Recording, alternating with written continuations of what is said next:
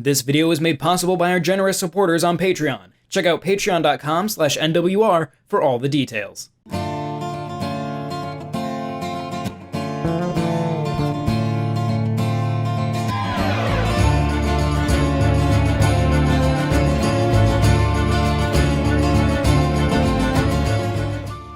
Chrono Cross had an unenviable task back on the PlayStation 1 in the year 2000 in North America.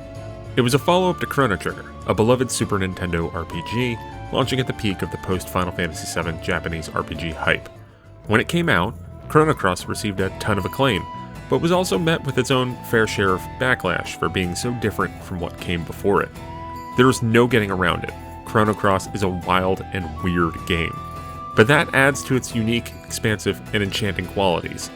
It was an incredible game back in the year 2000, and it's still an incredible RPG in 2022, especially with the added boosts and benefits of the Radical Dreamers Edition on Nintendo Switch. First and foremost, the main game is faithful to a fault compared to the original. The only changes are a nice visual filter that does a good job of making the game look nice on modern televisions, but doesn't do anything to truly update the visuals from the PS1 days. It lands in that spot of looking like I remember the game, not what it actually was. This is, for better or worse, the PlayStation 1 game from 2 decades ago. In addition to the new visuals, you can also switch it to the original visuals, which are grainier but still charming. Oddly, you can only do this at the launcher for the game, and not when you're in the middle of playing. Load times are virtually negligible, which is a huge improvement over the disc-based release. The modern gameplay enhancements are all toggled by shoulder buttons or analog stick clicks, consisting of a slowdown and fast forward, as well as an option to turn off enemy encounters and a boost to make battles easier. The battle boost is interesting because it's less of an instant win and more of a can't lose situation. Most enemy attacks miss, your characters don't take any damage, and you have the ability to use elemental attacks without physically attacking first. You still can only use elemental attacks once per battle, which means strategy is still the best way to go, or else you'll be grinding out battles slowly. Outside of the gameplay, there is remastered music, which is very nice, even if the original soundtrack is one of the best gaming soundtracks ever. Doesn't really need any tweaks, honestly. The musical soundscape of Chrono Cross is one of the greatest and most memorable in video games, standing toe-to-toe with its incredible predecessor's soundtrack. Speaking of predecessors, while to most, Chrono Trigger is Cross's direct predecessor, in Japan there was a game that came out in between the two that is related.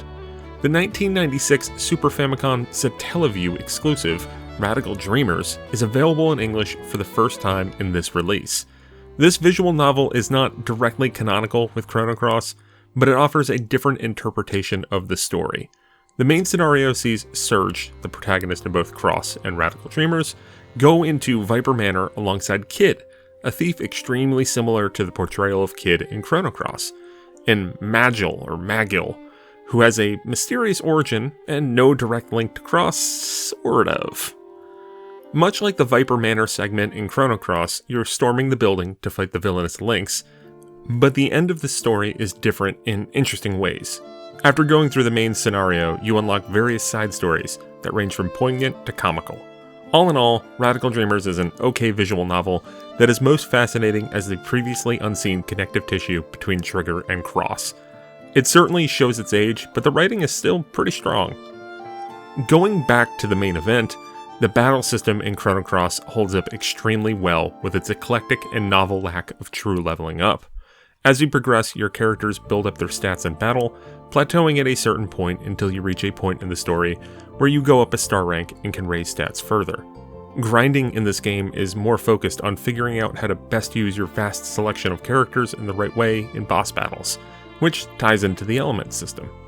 By doing regular attacks, you build up an elemental meter that allows you to cast elemental attacks that are organized in an increasing tiered list. The higher the tier, the more powerful the attack. You can only use elements once per battle outside of a few consumable ones. Executing a sound strategy involves attacking enemy weaknesses and trying to turn the battlefield into one elemental color, which provides a benefit for those elements when used. For example, using red elemental abilities will turn the field red after 3 are used in a row, Those red abilities are strong against blue elemental characters, and will do even more damage when used while the battlefield is all red. The battle system is made richer by the sheer amount of elements you can find and buy, as well as the dizzying amount of characters. In total, there are 45 characters that can join your party in Chrono Cross. Not all can be acquired in a single run, but it's just an incredible batch of personalities. You have your erstwhile protagonist Surge and his hometown girlfriend's fluffy pink dog Poshel, who speaks with a lisp. There's an alien that looks like Olimar from Pikmin, a harlequin who speaks with an asinine French accent, a cyborg, a rock star, a guy named Glenn who heavily references Frog from Chrono Trigger, a luchador. The list goes on and on. It is borderline way too much, but the varied cast fits together nicely, especially because sometimes it's a puzzle to just figure out who you can recruit and when. A lot of the characters also have unique backstories that might be referenced when they're not in your party, but usually go way deeper if they're present. Discussing the overarching story is hard to do without going into spoiler territory. No, this is a 22-year-old game, but it's the first time it's on a Nintendo system, so be nice. But the hero Surge's adventure starts off with a good mystery and keeps up a good pace of climatic events and revelatory twists over the course of its 50-plus hour playtime. In lieu of Chrono Trigger's time-traveling adventures, Cross deals with dimensional hopping action where you bounce between two worlds that have a lot of the same landmarks and characters, but are vastly different in key ways. This is a weird sequel because it's not totally a sequel, even if it does follow up on a lot of the parts of Chrono Trigger. The references slowly unravel as you work your way through, and the payoff, at least for me, is absolutely wonderful. I went into this review with a little bit of trepidation. I adored Chrono Cross the previous times I've played it, but it's been a good decade or so since I last played it. I was just as riveted playing the game on Switch now as I was years ago, enjoying building a different party and exploring the world in a different way. The speed up and toggles for enemy encounters and battle boosts were welcome in this playthrough, mostly because I could toy with elements and characters more than I did in the past. While Radical Dreamers isn't much more than an alternate history curiosity, the fact that it's actually localized and legitimately available outside of Nintendo's long inactive downloadable Satellaview network is incredible. Chrono Cross is an absolutely wonderful game, hands down my personal favorite PlayStation RPG, and the Radical Dreamers edition is the best and friendliest way to play it.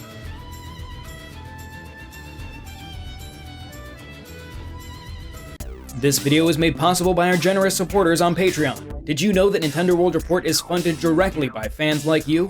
When you support Nintendo World Report on Patreon, you get immediate access to multiple exclusive podcasts every month, exclusive Discord channels, an early look at select content, and more, all for as little as $1 a month.